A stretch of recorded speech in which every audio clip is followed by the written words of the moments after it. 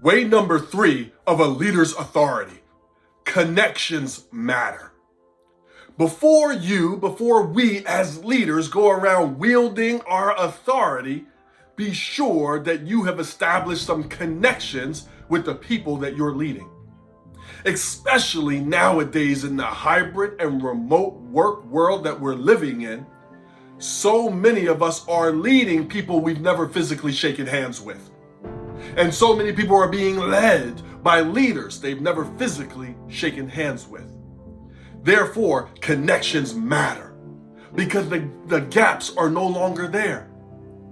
See, when you were at work pre-COVID, or maybe you're at work 100% of the time physically now, there's gaps in our day. So when as a leader, you wield and yield authority, have tough conversations with people, may need to be more intense, or that's your leadership style. Your team and employees can see the gaps in time where you may laugh and snicker, joke around, be a human being. You may also get to see your employees behave in that manner, outside of only seeing their successes or mistakes. In our hybrid world that we're living in, we live so much and communicate so much through emails and Zoom calls scheduled that we don't have those gaps. So now more than ever, connection matters. So very short, but with intent. Are you connecting with your team? Personally and as a team? Are you having the one-on-one meetings that I talk about so much and not canceling them and rescheduling them? Perhaps they're once a month. And I've shared before my one-on-one meetings, we start with the positive of the month. You go first. Share professionally and personally what was positive about your week.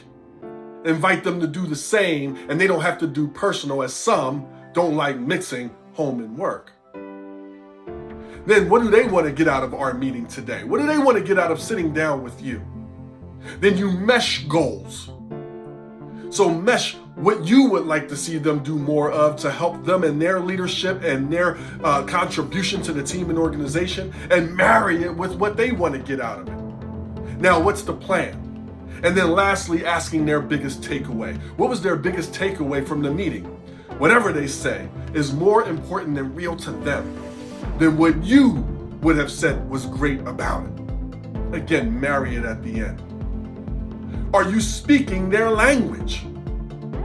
I often travel around the country doing my Leader 7. Perhaps your employees, your team are goodie time. Maybe bringing in chocolate and hoagies and hot dogs, maybe sending gift baskets. Maybe they're quality minutes and they need to have a couple of minutes of conversation that has nothing to do with work.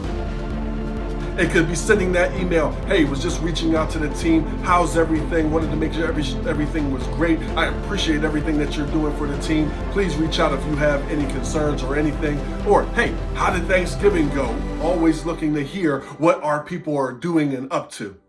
Something, quality minutes. Maybe they're recognition and affirmation and need that pat on the back.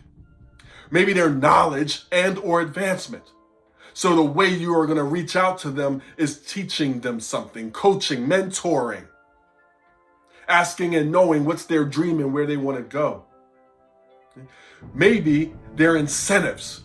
Ask them how they're making out towards their incentive. Perhaps their flexibility. Can their ideas be flexibly implemented into the process of things? That may happen in your one-on-one meetings. Lastly is respect. How's your tone of voice in email? Are we eliminating the bully words that I talk about and what to replace them with? Quickest way to end up on somebody's bottom of the pile is send a poorly worded email. So be mindful of tone of voice, tone in email and text. Ask, don't tell, and be curious about your people. Connection matters.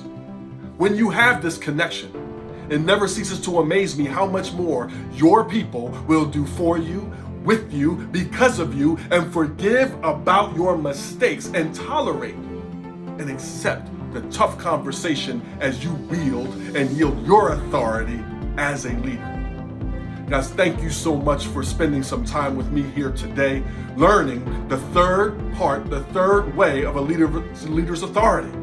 Connection matters. Make yours matter.